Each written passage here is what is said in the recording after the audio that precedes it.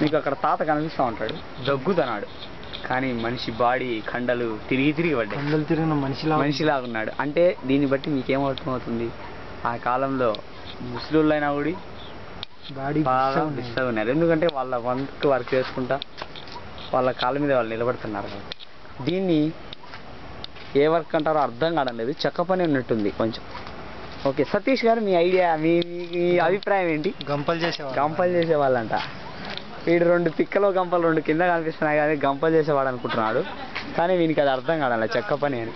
TV9 cameraman సతీష్తో Sanjeev.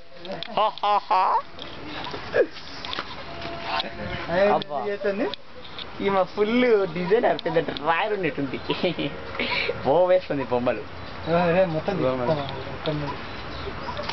చేతులు పెట్టుకోవడం కానీ ఎంత బాగా ఉందో కదా. Sari traditional work, sir this is మంగళి అంటారు దాన్ని. మంగళి పని చేస్తా ఉన్నాడు. ఆ వెనకాల కనిపిస్తున్న బొమ్మలని ఈమె గీసినవి. ప్రతి బొమ్మని చూసారా, ఇదే హస్తకళా నైపుణ్యం అంటారు. చేతులతో పని. ఇక్కడ దంచుతుంది. అక్కడ వెనకాల ఒక కుష్టామ అడుక్కొని వచ్చింది, మీరు గమనిస్తున్నారా? మూటతో ఉన్నాము. ఆ కింద ఇటు సైడ్ కదా. సతీష్ కెమెరామెన్ సతీష్ కెమెరా నా చేతికి ఇచ్చి చేయాలని ఏదో చేస్తున్నాడు. అక్కడ చూడు, పాప తల చూసుకుంటుంది వాళ్ళ అమ్మతో. You cannot zoom it but have to మంగళి.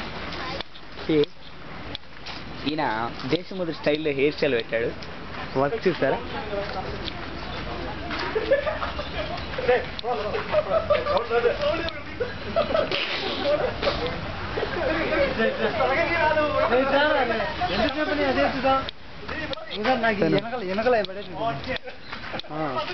ఇతను ఇక్కడ జ్యోతిష శాస్త్రం దగ్గర కలిసాడు, ఇప్పుడే వచ్చాడు.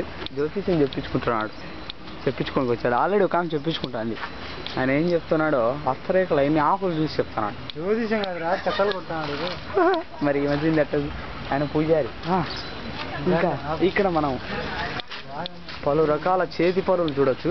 అవ్వ చూడు, నిజంగా అవ్వ మాదిరి ఉంది అక్కడ, గమనించి ఎంత నిజంగా ఉందో చూసారా? ఇక్కడ జ్యోతిష్యం చెప్తున్నాడు, చిలక జ్యోతిష్యం. నన్ను ఎత్తు ఒకసారి వెనక నుంచి. వాడు కానీ ఆ అమ్మ కానీ ఇద్దరిని బలి చేసినారు ఎవరు చూసారా? చూసామండి. జూమ్ చేయాలండి. ఏం చెప్తాం, వెనక నుంచి కొడతారు ఎవరన్నా. గీమ్ చేశారు. వాడు చూడు, బలి చూసా. బాగుంది. జూమ్ కాదు, జూమ్ లేదు.